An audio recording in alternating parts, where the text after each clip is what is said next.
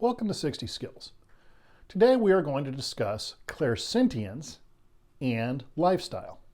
Okay, clairsentience, or your subtle sense of touch, largely is related to sensitivity to what most people call energy. Another way of looking at this is sensation, or in this case specifically, tactile sensation. This is important because what most people describe as empathy is generally a manifestation of clairsentience.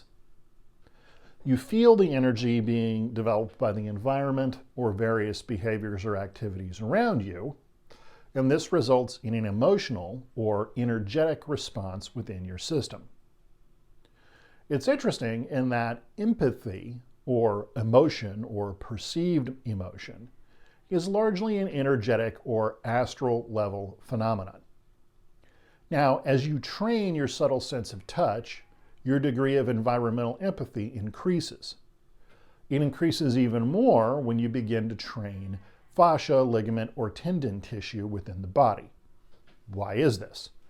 Well, it turns out that fascia, ligament, and tendon is essentially the network or pipe by which energy moves through the body. So the more of this tissue that you have, the more highly developed it is, and the more integrated it is, the more energy you can run through the body, and therefore the greater the likelihood that you can sense and manipulate this energy.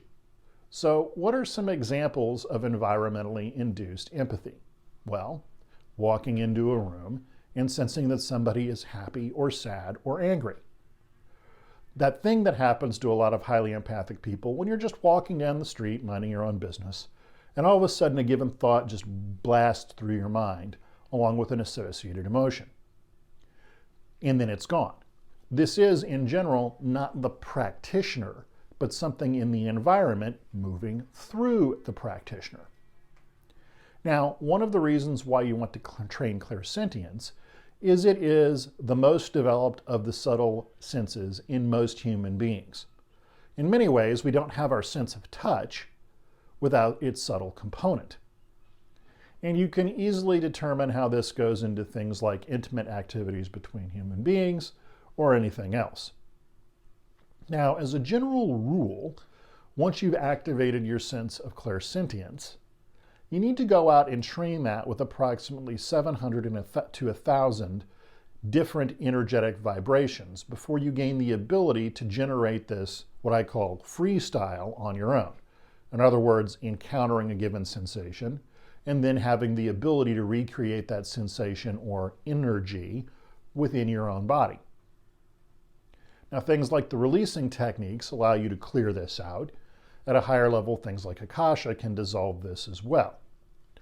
But it's important to remember the role of non-dual light in bringing you back to your purpose in life. But that's a bit of a longer discussion. That said, once you've encountered these 700 to 1,000 energies, by the end of that, if you practice properly, you'll have the ability to create them on demand.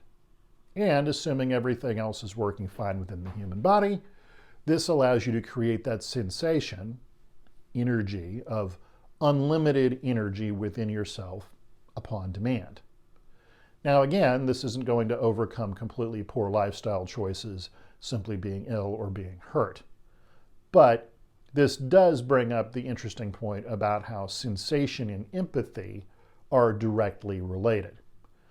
Now, the problem with this for a lot of people is they become so sensitive to their environment that they become rather solitary because it's hard to block this stuff out in order to keep it from overwhelming you.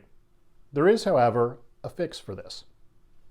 The primary corrective measure for reestablishing your proper sense of sensation or empathy or energy is the art of pranayama. Now, my working theory on this, because I don't have an ability to measure it directly through scientific instrumentation, is that when you overdevelop that sense of sensation, clairsentience, or empathy, there becomes a disconnect between your mental, astral, and vital or etheric bodies. Pranayama seems to correct this disconnect between the three.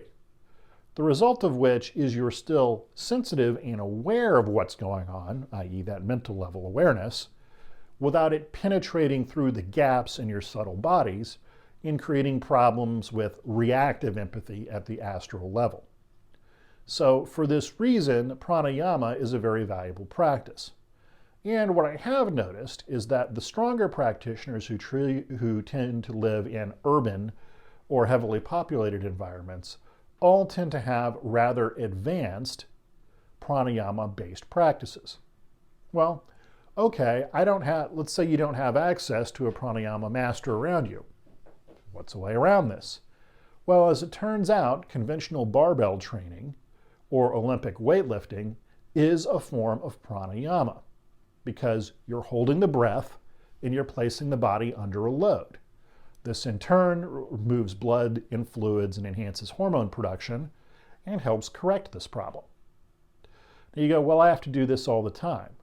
Well, it also turns out that if you're doing pranayama, you need to do it at least 3 times a week and preferably daily in any event. Because again, astral tends to bleed off when brought down into the physical. Hence the need to do these things with some regularity.